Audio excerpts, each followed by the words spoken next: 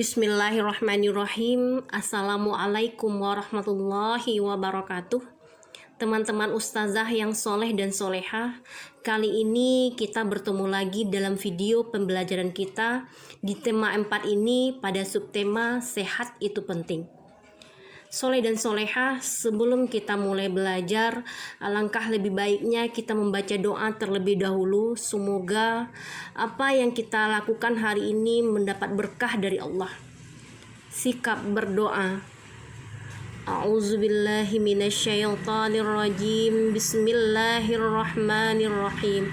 Rabbi shrahli sadri wa yassirli amri wahlul 'uqdatam min lisani yafqahul qawli. Rabbi zidni ilma warzuqni fahma. Amin. Teman-teman yang soleh dan soleha, pada tema 4 ini kita akan membahas tentang bina dan IPA. Di bina ini kita akan berbicara tentang pantun ya teman-teman. Lalu pada materi IPA-nya kita akan membahas tentang ekosistem.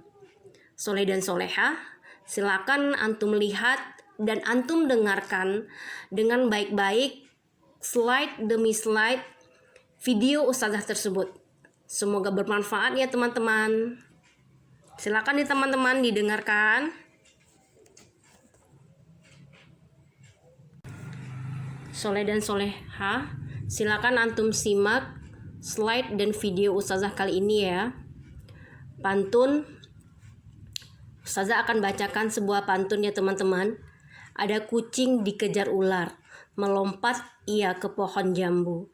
Jadilah anak yang rajin belajar agar tercapai cita-citamu. Teman-teman yang soleh dan soleha, contoh pantun berikutnya. Sepulang sekolah bermain catur, jangan lupa sejenak rehat. Mari makan dengan teratur, agar badan dan jiwa tetap sehat. Naik becak di kota Medan, untuk membeli buku dan gunting. Ayo kita gerakkan badan, karena sehat itu penting. Teman, pantun itu adalah bentuk puisi Indonesia Melayu yang tiap baitnya biasanya terdiri atas 4 baris dan bersajakkan AB-AB. Ciri-ciri pantun adalah yang pertama ya soleh dan soleha, pantun itu bersajak AB-AB. Setiap baitnya terdiri dari 4 baris.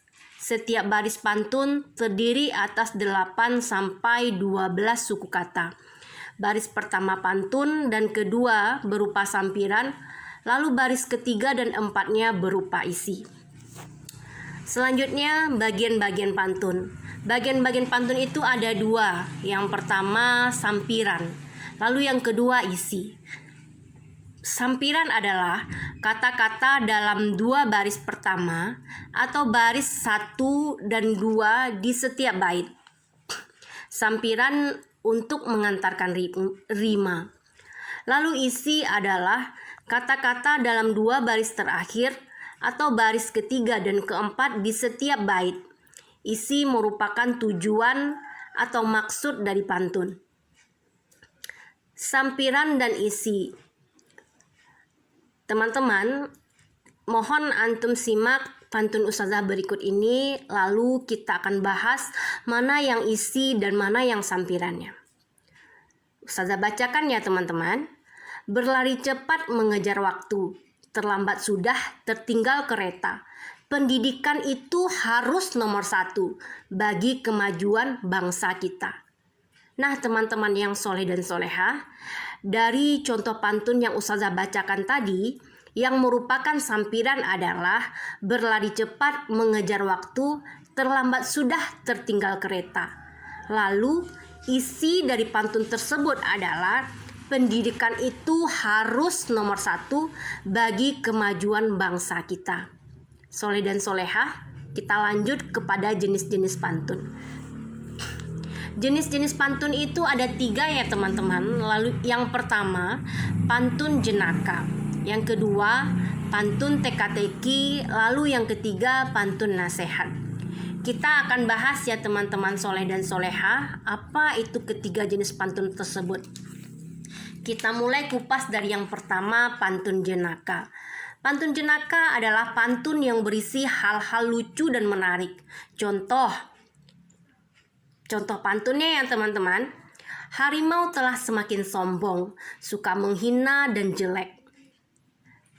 Masih kecil telah ompong, mirip bersama dengan nenek-nenek.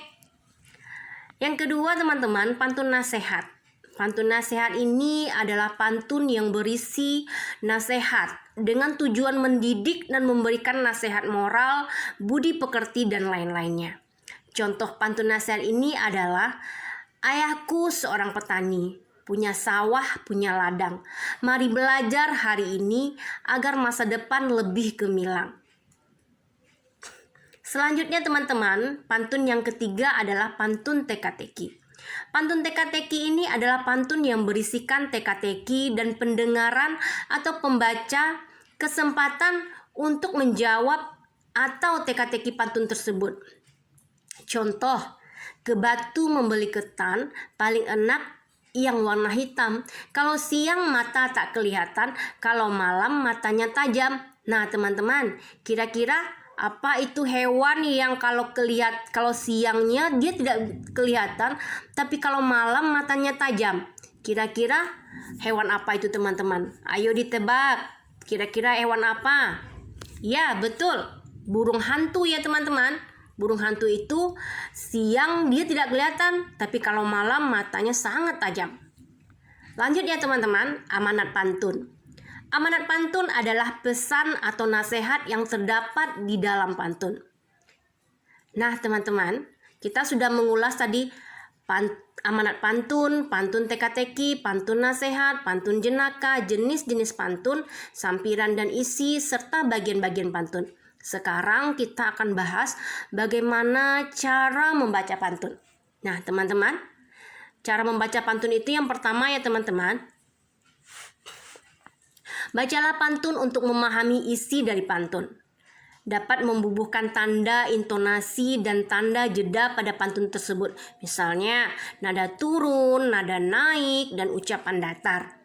Lalu cara yang ketiga adalah teman-teman, ucapan kata demi kata secara tepat dan jelas. Selanjutnya, setiap baris dibagi menjadi 2 bagian. Lalu berikutnya, irama pada pantun pertama sama dengan irama pada pantun kedua. Baris kedua sama dengan irama pada baris keempat. Selanjutnya teman-teman, ketika membaca pantun, pandangan tidak boleh tunduk melihat teks terus-menerus. Jadi antum harus punya ekspresi ya teman-teman. Lihat teks sebentar lalu ekspresikan bacaannya dengan menggunakan nada yang naik turun dan juga ada nada datarnya.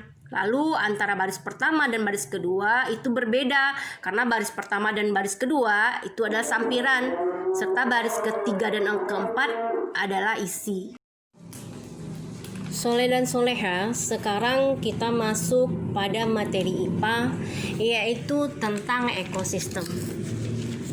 Sebelumnya pada video pembelajaran pertama kita sudah membahas ya teman-teman tentang ekosistem. Sekarang Ustazah hanya mengulas sedikit saja tentang ekosistem, yaitu tentang pengaruh keseimbangan dalam ekosistem terhadap keberlangsungan kehidupan makhluk hidup. Soleh dan soleha, Al-Quran sudah membahas ya dalam surat Al-Baqarah ayat 22, yang mana artinya, dialah yang menjadikan bumi sebagai hamparan bagimu dan langit sebagai atap, dan dia menurunkan air atau hujan dari langit, lalu dia menghasilkan dengan hujan itu segala buah-buahan sebagai rezeki untukmu. Karena itu, janganlah kamu mengadakan sekutu-sekutu bagi Allah, padahal kamu mengetahui. Soleh dan soleha, Al-Quran juga membahas tentang ekosistem pada manusia, baik itu rangkaian makanannya maupun tentang kehidupan alam di bumi ini.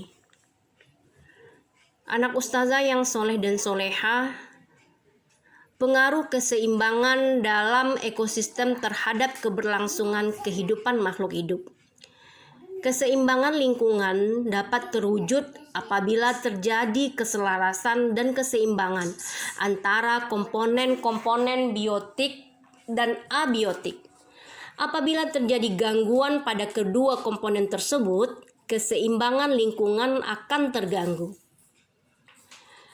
Lalu ada perubahan ekosistem secara alami dan akibat dari kegiatan manusia. Jadi teman-teman, adanya terjadi perubahan ekosistem yang secara alami yang diakibatkan oleh kegiatan manusia yang ada di bumi ini. Apa saja yang menjadi perubahan tersebut? Yaitu ekosistem mengalami perubahan secara alami maupun karena kegiatan manusia. Faktor perubahan alami adalah bencana alam berupa gunung meletus, gempa dan tanah longsor, kebakaran hutan, tsunami, angin ribut, dan banjir. Faktor perubahan ekosistem oleh manusia adalah pembukaan lahan untuk dijadikan sawah dan perkebunan. Pertanian intensif dengan menggunakan pupuk yang berlebihan dan insektisida dapat merusak tanah dan lingkungan sekitarnya. Lalu ada usaha manusia dalam pemeliharaan ekosistem. Usaha manusia yang pertama adalah mengurangi penebangan hutan secara sembarangan. Lalu mengurangi penggunaan bahan kimia buatan pada lahan pertanian. Selanjutnya menangkap ikan dengan cara tidak merusak ekosistem. Lalu berikutnya membuat suaka marga satwa, cagar alam, dan hutan lindung. Berikutnya menanam pohon sebanyak-banyaknya dan membuat lebih banyak taman terbuka untuk serapan air.